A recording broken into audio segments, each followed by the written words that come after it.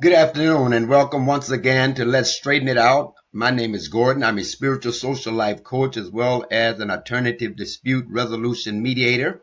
And lately we've been talking about paternity legitimization. I want to try to bring that to some closure today by talking about the necessity of communication. Communication is the art of talking about what you're thinking, planning, or hoping to achieve when others are involved or affected by your plans. Before undertaking paternity legitimization, both parents should sit down and talk it over. Sometimes we start things without talking it over with the other party. Mediation is the art of reaching an agreement that both parents and parties can agree with. And so that requires talking with one another. Of course, when we jump and do things without talking, we create what I refer to as the volcano effect. Say volcano effect. The volcano effect takes place when everything comes out at once. Everything you've been holding in, everything you've been thinking, everything you've been wanting to say, everything that you've been angry and upset about for a year, months, weeks, all comes out all at once. I refer to that as the volcano effect. Everything erupts all at once. One party vows, you will never see the kids. The other says, I'll see you in court. I'm going to get those kids if it's the last thing I do. Another says, I'm never going to pay child support. And why? Because somewhere along the way, there was a failure to communicate. You're never going to see the children is a response that comes as a result of failure to communicate. Instead of the volcano process or the volcano effect, let me encourage you to vacuum as you go. Say vacuum as you go. Vacuum as you go means that you do not allow things to build up. Hostility, aggravation, frustration, stress, and all of those things. You do not allow them to build up. But at some point, you vacuum as you go. You find a way to sit down and talk about the things that perhaps rub you the wrong way, cause you to feel some kind of way, or may very well have upset you. Most people do not talk. They simply wait until everything builds up and grows, and then, of course, the volcano erupts. They wait till things build up.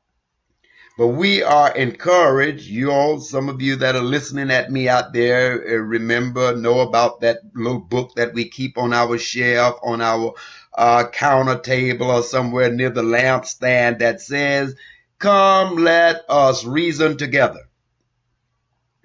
And that's what parents should be doing. They should be reasoning together. Not only parents, but this can go across professional lines. It's always important to talk about things before you do them abruptly. And the reason why so many of our cases in business end up in court is because someone is not willing to sit down and talk.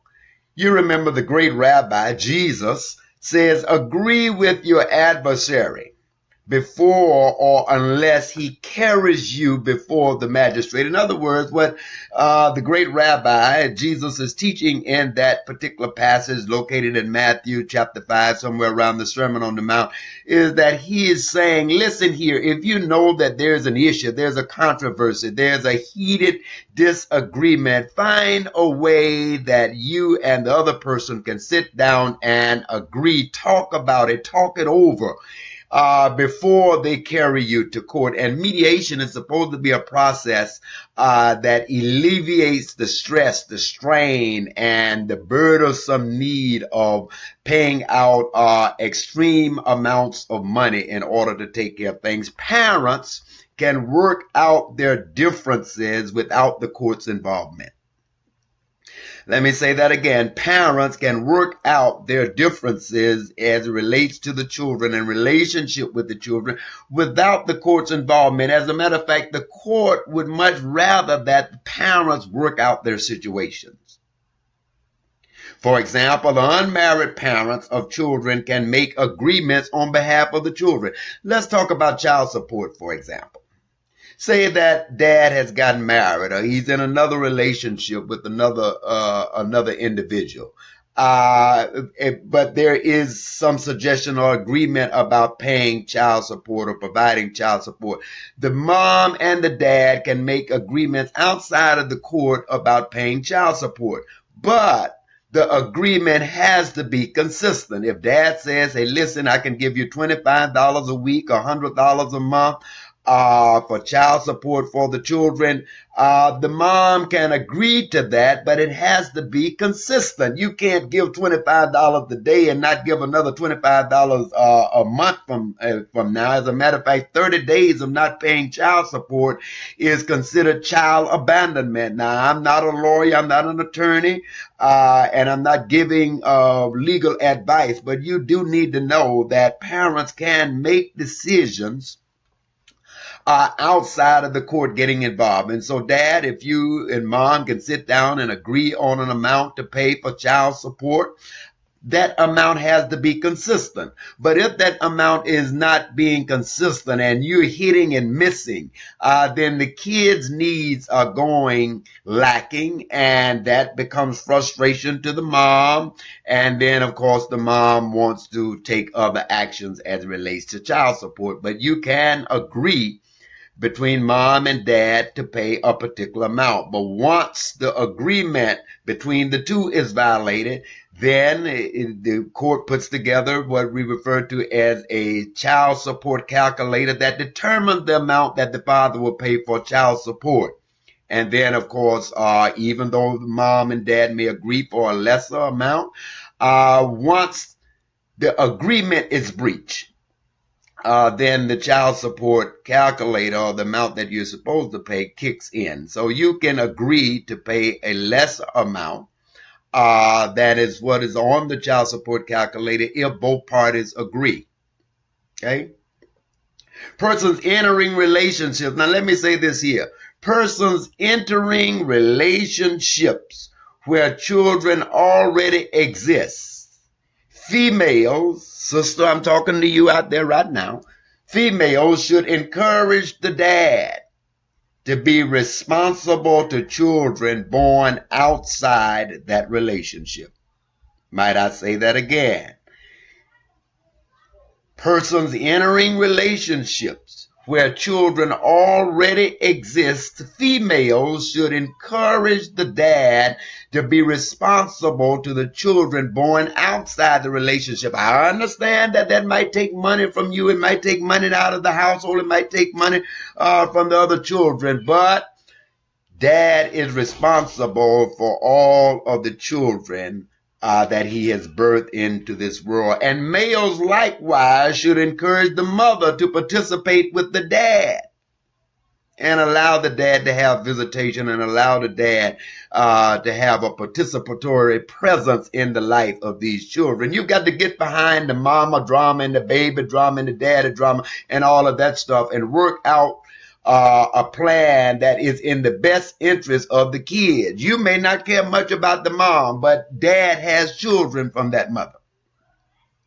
And a wonderful thing would be is that if you can move past what has happened in the previous relationship, and the mom and the dads that's in these relationships can work together to look after these children or provide for them, that even works better. For example, what I'm simply talking about is that if dad is in another relationship with another person, particularly another female, then that sister can say, hey, listen, sweetheart, you are responsible for those children. And whatever I can do, although we have children together, whatever I can do, I want to be able and in a position to help you. Okay? So now if you are an individual that is jealous and edgy and have trust issues, then you might want to consider whether or not a person who already has children is the best interest for a relationship for you. If you have gotten married and moved on and have children outside the relationship, outside the marriage, the parents are still responsible for providing child support for children outside the marriage. Yes, Dad, you're still responsible for all 5 of those other children that you have out there, even though you have gotten married or even though you are in another relationship. And yes, I'm not providing legal advice, but yes, Dad, even though you are married and have children to your wife, and in that family setting, if you have children outside of the relationship and you are not taking care of your child support and your obligation to those children, the court holds you liable. And there is a possibility that a red light, a blue light, or whatever the flashing light that they have on top of those cars might show up at your door. Be responsible for your children. Gods and earths. I was talking a little bit about gods and earths on last week.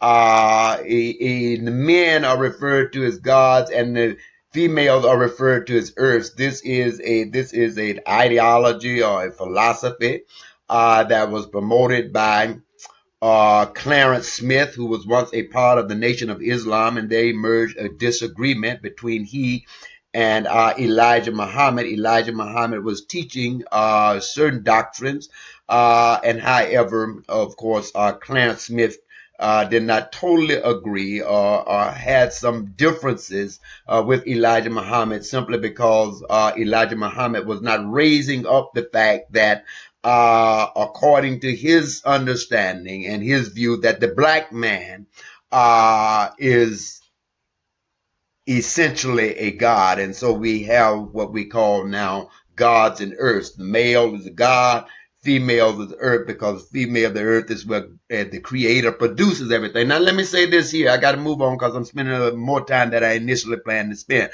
Let me say this here to you, gods and earths. Gods and earths. Gods are the coverings of earth. What does that mean? That means that this is not a dynamic of submission simply because she's the earth, she submits to me, the God. No, gods imply that I am the provider, I am the protector, as well as I am the encourager.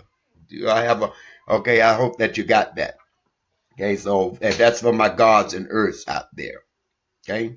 Simply because earth is beneath you does not imply submission or do as I say. Gods is the covering. As I said before, the gods are the providers, the encouragers, and the protectors. Nothing is too much for the children. Should have thought about that before you produce them. And most times, the same way that we don't talk and plan about things, we don't plan to have children. They just somehow emerge. They pop up. But there's nothing too much for the children. You've got to come to the grips now that you have children, mom and dad, that birthday, Christmas, and Easter, and all of those holidays for you are over.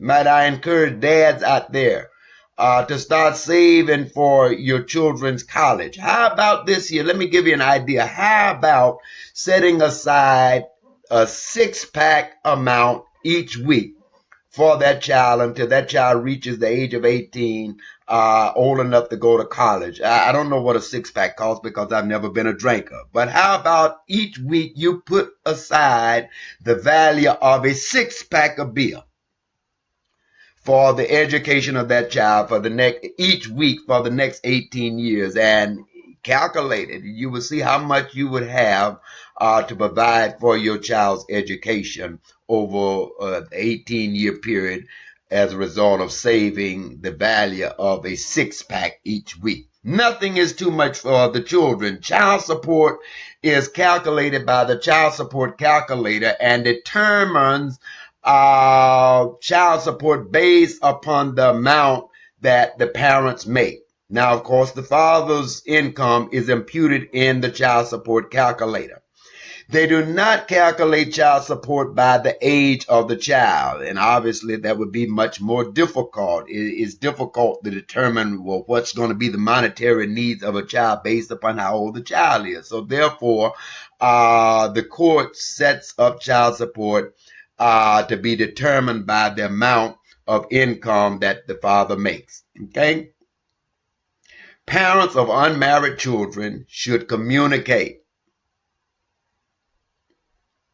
should take time and sit down and communicate to the mom or the dad of the children outside of the relationship. Let that mom know that you want to be a parent. Let that mom know that you want to be the father of the children, even though you may have moved on and in another relationship. And then also dad. Let the dad know you want him to legitimate his children and be present in their lives. Well, I went a little bit over time. I hope that I don't wear out your Facebook page on this year, but I feel that this is very important information, so I wanted to put it out there. Before the volcano effect, vacuum as you go. Talk about things that maybe set you off or that you didn't feel went too well. It was like Valentine's Day. I'm closing out now, but Valentine's Day, if brother man didn't show up and produce something for Valentine's Day, then find an opportunity where you can sit down and you can say to that brother, hey, listen, baby, you know I love you and we've been together and this was a special day for me and I felt a little some kind of way because I didn't receive my roses or the box of candy. And likewise, brothers have to sit down and talk to the sister and say, listen, baby, you're making me feel some kind of way. Well, that's enough for today. Once again, I'm Gordon. I'm a spiritual social life coach as well as an alternative dispute mediator. I hope that this has been empowering and helpful to you. Have a great day. Talk before the volcano erupts. I'm Gordon. Peace. May the force be with you.